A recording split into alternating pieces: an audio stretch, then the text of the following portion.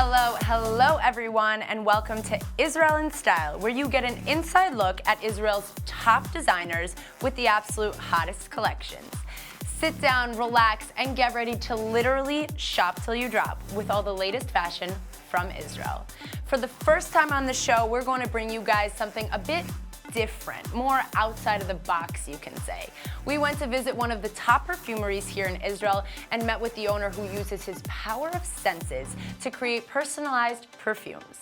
Let's check out our visit with Erez Rosen. We're here right now in Neve Tzedek, one of Tel Aviv's most fashionable and trendy neighborhoods, to check out Zelinsky and Rosen Perfumery. Let's go check out how you make your own personal scent.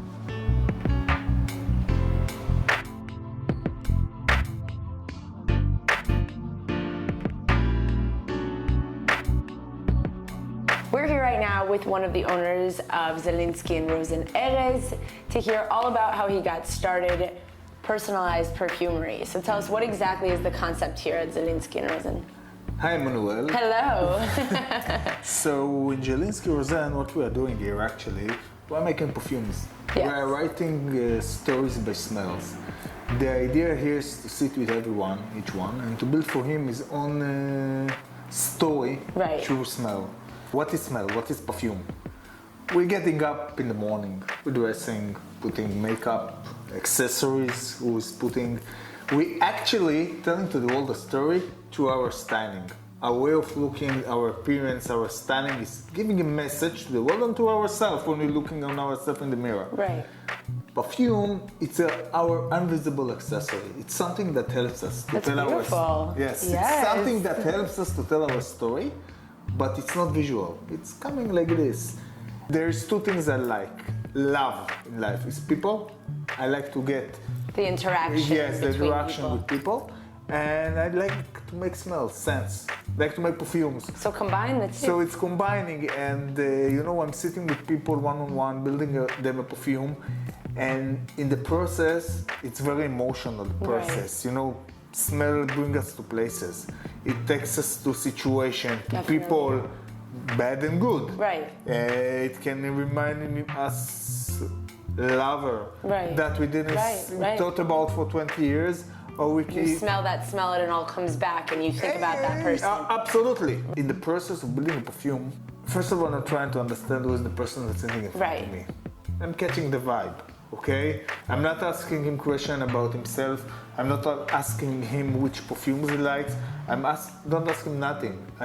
Just look at him. Yes, it's looking and talking.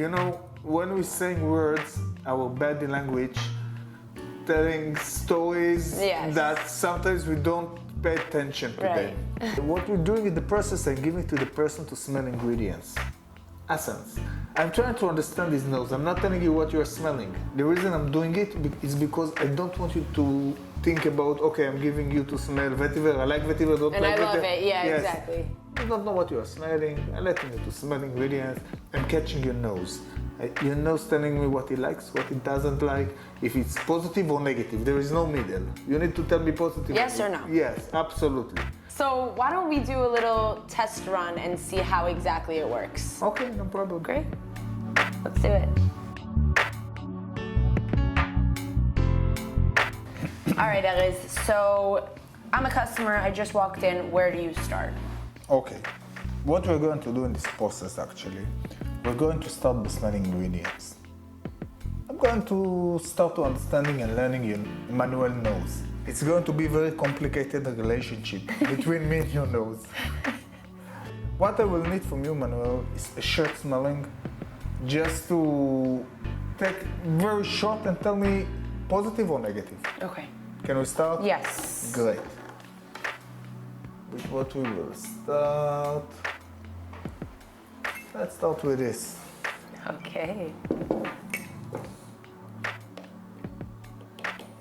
Positive or negative? By instinct. Positive. Good. Oh, very positive. We started good, lucky me. So I don't, as the customer, don't know anything about the scent that you're about to give me? Absolutely no. Because if you now smell jasmine, It's my favorite smell so ever. now it can help. You will like it more because you know. But yes. If you, in general, if you told me that you like it, right? But in your thinking you don't like jasmine. Yeah. And I would tell you that jasmine, you will not like the smell anymore. Then you would give it to me again, I'd be like, never mind. No. Actually, I don't like it. Yeah. Now, actually, you like it more. Even more, right? Because you like jasmine. Yeah. I will let you smell another smell 1 second. For example, let's catch this one. Positive or negative? Positive. Positive. It's so light, and it kind of reminds me of this one a little bit, but it's sour more a little. It's from the same family. What I mean, this is Bulgarian rose. It's a rose. Again, if we were in a process, right. Not in an interview, you wouldn't never I would never tell you. Right. Now, from what I'm catching until now, that okay, you like floral. Yes. Okay, you're a floral person. But I will try to make it a little bit dirty. Okay. What I mean dirty? You are a young woman. Right. Okay. Attractive woman sitting in front of me, I will tell you, okay, roses, it's nice. But let's try something sexy. To make it something, yes, a little bit sexy, a little bit flirting. Yeah. I want you to have a flair. You're a young person. You don't need to add to a personality that's already sweet, but you want to spice it up. I want to flirt it a little bit, to make it a little more flirting. And I would have used also in your perfume something like, let me find it. Something, again, we are talking about drops, okay, in your perfume. I would have put maybe 2 drops of this.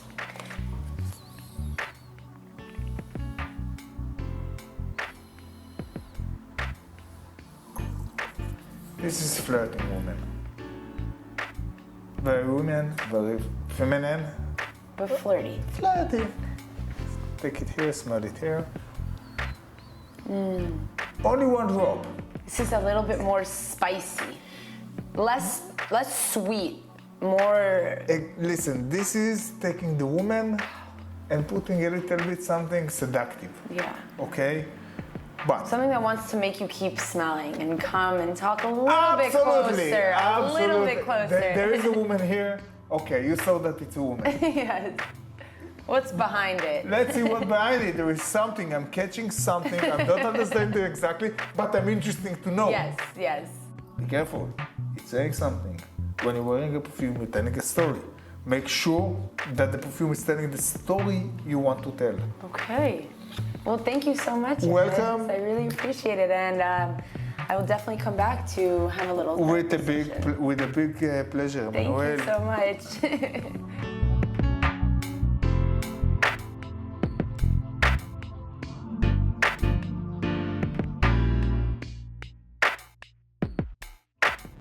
There's something so intense about creating your own scent. I went back a few days later to create my own personalized Emmanuel perfume and got super emotional, which for me isn't something totally unexpected.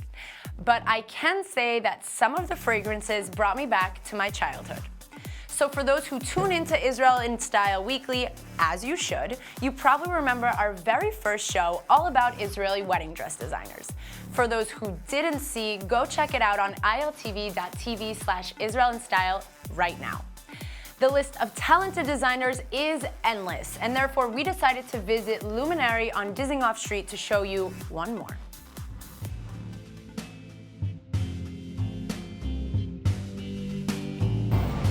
So if you thought you saw it all when it comes to bridal and evening wear, you got it all wrong. We're about to show you another top designer, Lihi Shamlich Cohen at Luminary. Let's check it out.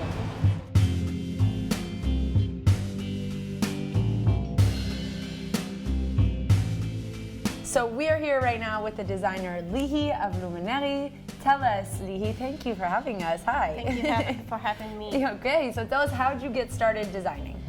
Well, I've been to fashion school for 4 years. Okay. When I finished, I started up Luminary with a good friend of mine. And about 2 years ago, we split up because she became a mom, didn't have the time to do it. And then I decided to do it more like wedding dresses and evening wear. Okay. So I'm doing it about 2 years. Okay. And I see here that you have wedding dresses. You just spoke to us that you went to wedding dresses and evening wear. You also have two pieces, black dresses. What is more fun for you to design? What is your main focus? Well, it's different. I love both of them, but I think wedding dresses has give you more satisfaction. Right. When a bride comes to you and she picks your wedding dress for her dream big day. Yeah. You just gave me the chills thinking about that. Somebody coming in and picking that one dress that they've dreamed of their entire life, and it's yours, and you designed it. Yeah. I think my line, both wedding dresses and evening wear, are really feminine. Okay. The fabrics are really flowing. There's a lot of textile, lace, and I think the cut is perfect for anybody. And you keep up with trends. I see, we spoke about it before, you have two pieces, which is really in style, very slimming, very cute. And you also have a lot of, I see here lace and a lot of sequency kind of. So you're keeping up with the latest trends. Yeah, I'm keeping with the latest trends, but I try to be always classic. Right. So you won't look at the pictures years after and be like, what was I doing? Yeah, and what did she do? My favorite wedding dress, which is this one. Wow. This is princess-like. Yeah, it is. Princess. All my dresses are kind of like princess, very feminine and flattering. Right. And this is like a silk tulle with crystals everywhere. Yeah, everywhere. The back is really open. Wow. See, in style, up to trends. The back here, it's probably a lot tighter. Yeah. Underneath, it's also maybe a little more comfortable. Poofy, yeah. Exactly. That's beautiful. You can move it and you don't have to change the dress. To change dresses. So we saw some of your stunning wedding dresses. What about your top favorite evening dresses or evening wear? So I have all kinds of age appropriate and stuff like that. We have the most trendy one, which is a top, when you can see a little bit of your stomach. A little belly to make it a little sexy, yeah. Exactly. And I think this one really pops out. Wow, this red just because really of the pops top, out. the lace. Right, because it's not all red. You see the lace marks exactly. because of the white underneath, the beige underneath, and it goes up top, really showing off the collarbone. Yeah, and the back also is open. It's beautiful. Yeah, and the skirt has pleats and pockets, so make it wow. young. And pockets, that's always convenient. Exactly.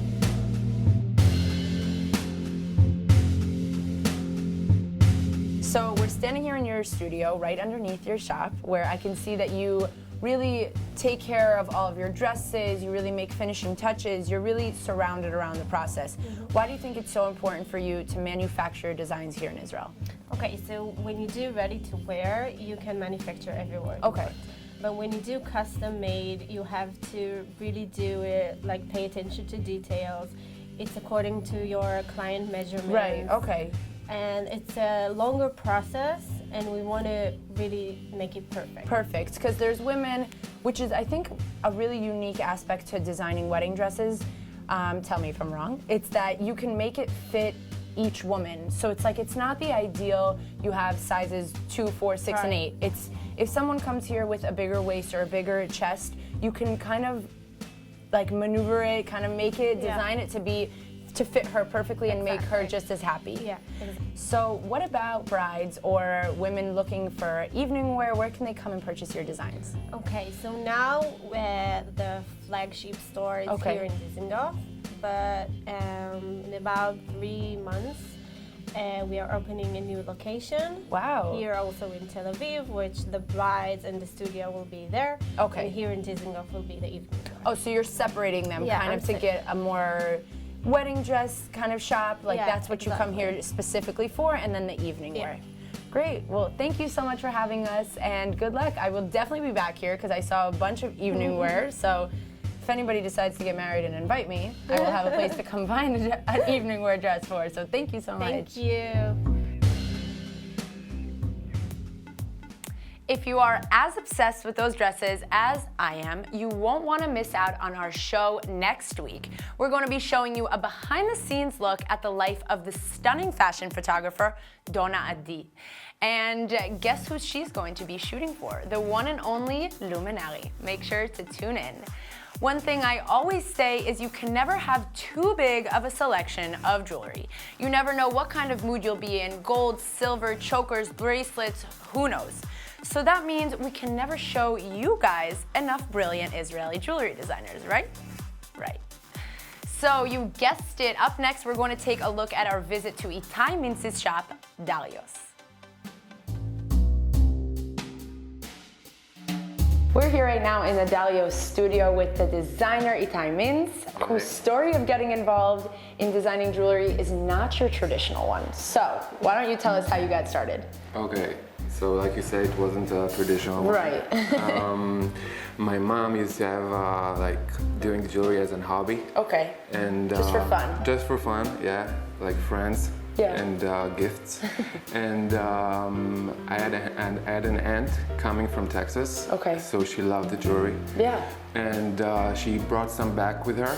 And all her friends got so excited, and my mom started getting all these mails about all these requests. Yes, bring me this in diamonds and this in gold Nice. and stuff like that. So she's not business oriented at all. So she just told me, take it. You want it? Have it. It's yours.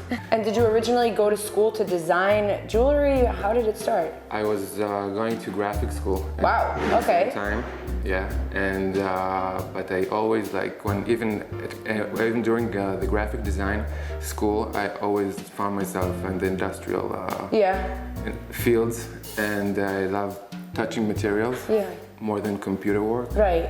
How would you describe your style, your jewelry style?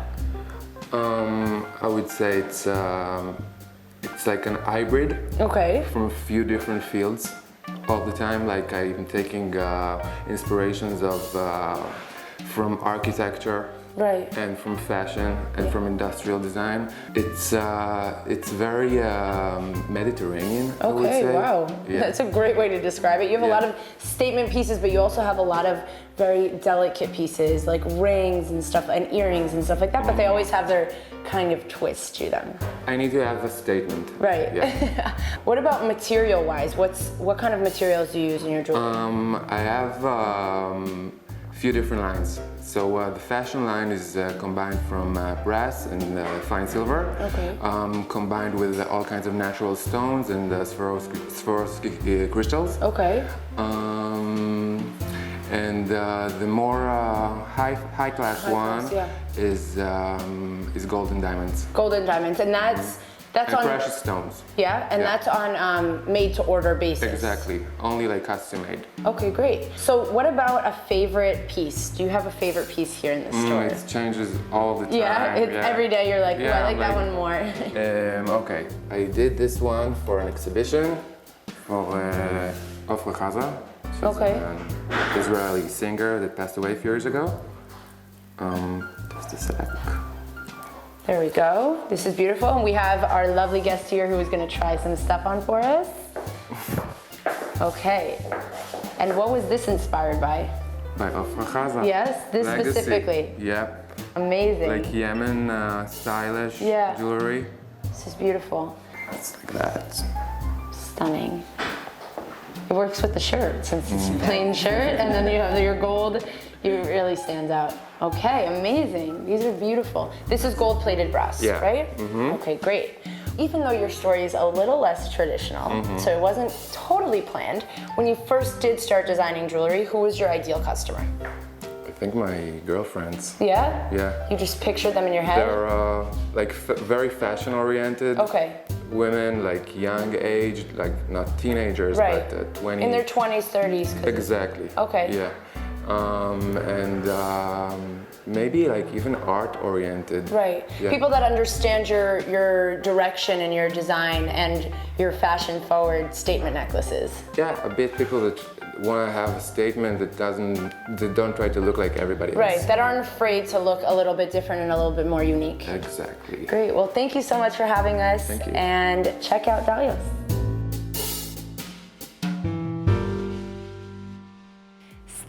pieces are an understatement when it comes to Itai's designs. He really wants people to recognize his jewelry from a mile away, and we definitely do. Winter in Israel is long gone, and who better to fill us in on upcoming summer trends than the one and only Moody Rosa Sinaisky. She is a fashion features contributor to Elle Russia, Vogue Italy, and has her own blog, moodyrosa.com. Hi Rosa, how are you? I'm good, how are you? I'm great. Good. So even though it may not feel like summer yet, in the fashion world we are in summer mode. Yes. So what are the upcoming fashion trends for summer 2017?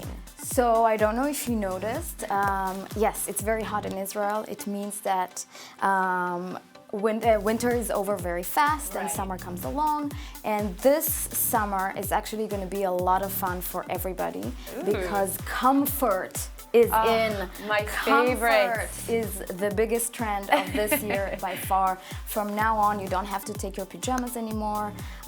You wake up in the morning and you almost go as Put you even are. like heels on and you're ready to go. Sweatpants. Exactly. It's all going to be about matching silk pajamas, tops and bottoms. Maybe even short silk and top pajamas. Nice. Match it with heels or a little sandal. Maybe add a little blazer to it also to make it a little bit more sophisticated and tailored. We've seen a lot of, even if talking about bloggers, seeing a lot of the girls on Fashion Week going from wearing high heels and couture dresses and puffy skirts. We're seeing something completely different this time. It's all about sweatsuits, sweatpants, sweatshirts, leggings. You're making me want to go back home and get into my pajamas right now. Exactly. So we were speaking about it before, about all these different items that you were saying, but tell me 3 absolute must-haves in your closet this summer. Yes. Okay, so for me it's definitely matching pajama sets. Okay. But make sure it's like very good quality and it fits you right. So I would say that's one. Shirt and long pants. Right. I would say even a long kind of robe, silk robe that you can throw on anything and think that you're like in Côte d'Azur or Morocco or somewhere exotic. Amazing. And I would say invest in good sandals this season. Yeah, just My so favorite. you know you can walk around everywhere. Comfortably. This is the secret. Yes, the word, Yes. the big word, the C word. So we see also in your blog a lot of your travels. You've been you travel a lot. You document all of it, That's and right. this is just good to know. Where would you say is your favorite city to go shopping in? My adventures take me everywhere in the world. I think shopping-wise, well, I don't think you can see it on the camera, but I'm really tiny. I'm 5'1". You are really tiny, and I'm wearing heels and everything. I'm this small, so it's very hard for me to find something to really wear fit on. Yeah. that's very like that fits me really well. Right. So I have my tailor, but otherwise I think London has been really good for me for shopping. Okay. Paris are Classic. they're quite considerate with my petite frame. They understand you. Yeah, they get me. And I would say also Hong Kong. Interesting. For that reason, because there's no size medium, there's no size large, there's only a small and an extra small. Small, and extra small. Small, extra small, extra small. So I would say these like top 3 places for shopping if you're tiny like me. Yes. Well, thank you so much, Rosa. You are totally not as moody as I thought you would be. And the name everyone doesn't come from there. Yeah, good to know. Everyone, make sure to go check out Rosa's blog, Moody Rosa, and of course, go stalk her Instagram, as I intend to do to keep up with her international trends. And so we are nearing the end of yet another fashion-filled show. Of course, thank you to all the designers and for the first time, perfumist. As if I haven't said this enough, make sure to tune in every week and catch up on all the latest trends at iltv.tv/IsraelInStyle. Like Rachel Zoe once said, style is a way to say who you are without having to speak. So everyone, get your style on with these hot Israeli designers and you will be set to strut in silence. All right, everyone, thanks for watching and have a fabulous day.